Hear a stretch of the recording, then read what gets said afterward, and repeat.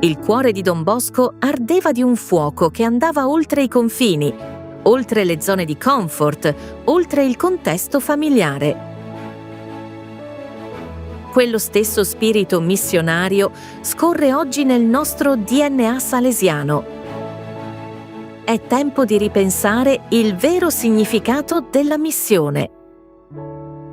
Non solo terre lontane, ma anche il giovane seduto da solo a pranzo.